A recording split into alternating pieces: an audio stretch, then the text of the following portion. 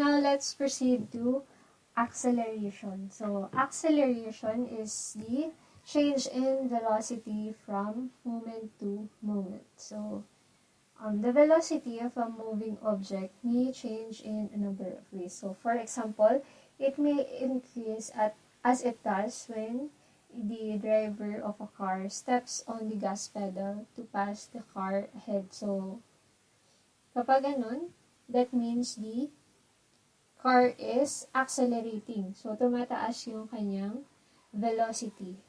Or, sometimes, it may decrease as it does when the driver applies the brakes to stop at red light. So,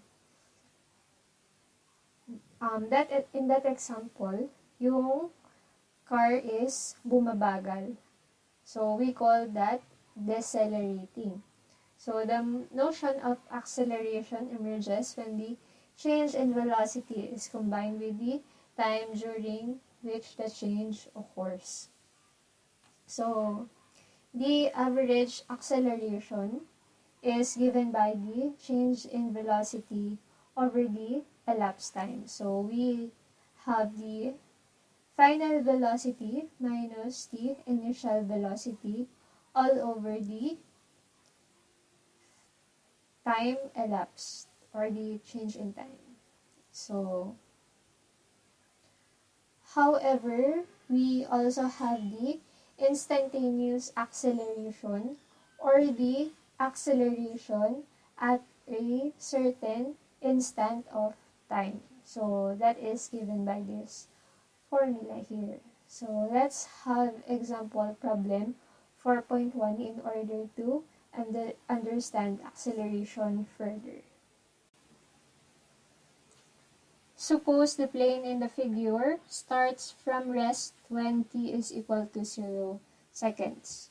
The plane accelerates down the runway and at t is equal to 29 seconds attains a velocity of positive 260 kilometers per hour, where the plus sign indicates that the velocity points to the right. Determine the average acceleration of the plane. So, from the formula, we have acceleration is equal to the change in velocity over the change in time. However, notice that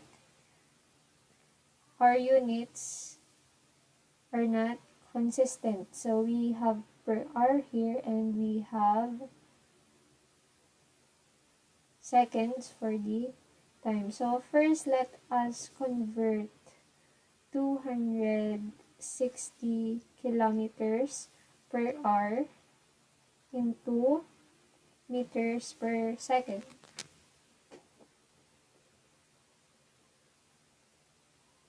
So, for every kilometer, we have 1,000 meters. And for every hour, we have 3,600 seconds. And this is equal to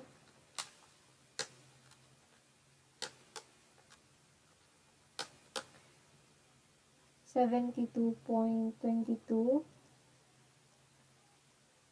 meters per second.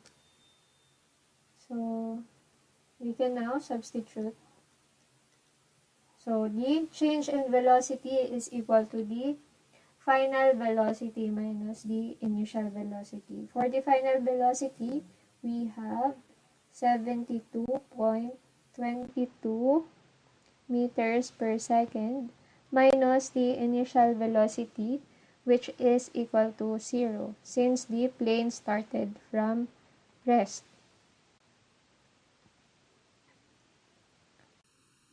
And for the change in time, we have the final time, which is 29 seconds minus 0 seconds.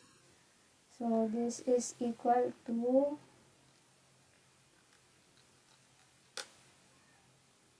2.5 49 meters per second squared.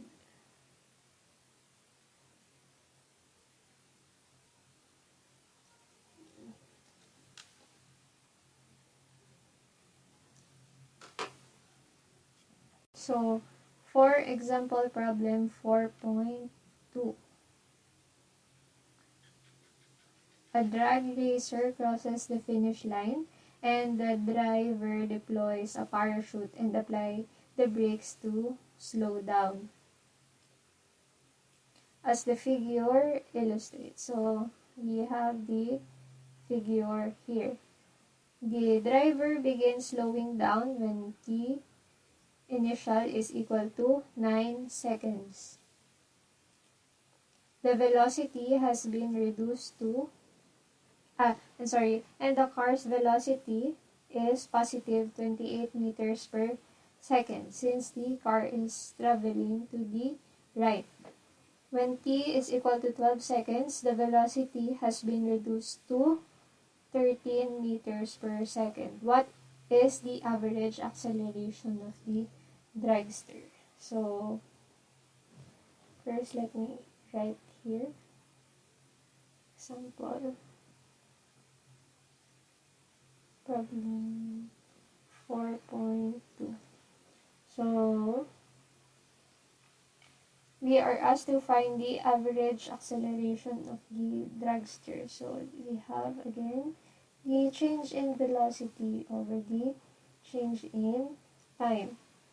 So, we have the final velocity, which is equal to positive 13 meters per second, minus the initial velocity, which is equal to 28 meters per second. And for the time, or the change in time, we have the final time, which is equal to 12 seconds minus the initial time, which is equal to 9 seconds. So, this is equal to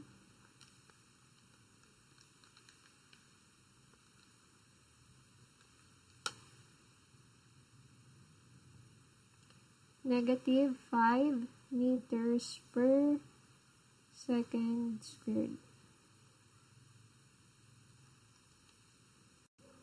Notice that the sign of the acceleration is negative, while the sign for the velocity is positive. So, they have opposite directions. So, the velocity is towards the right and the acceleration is to the left.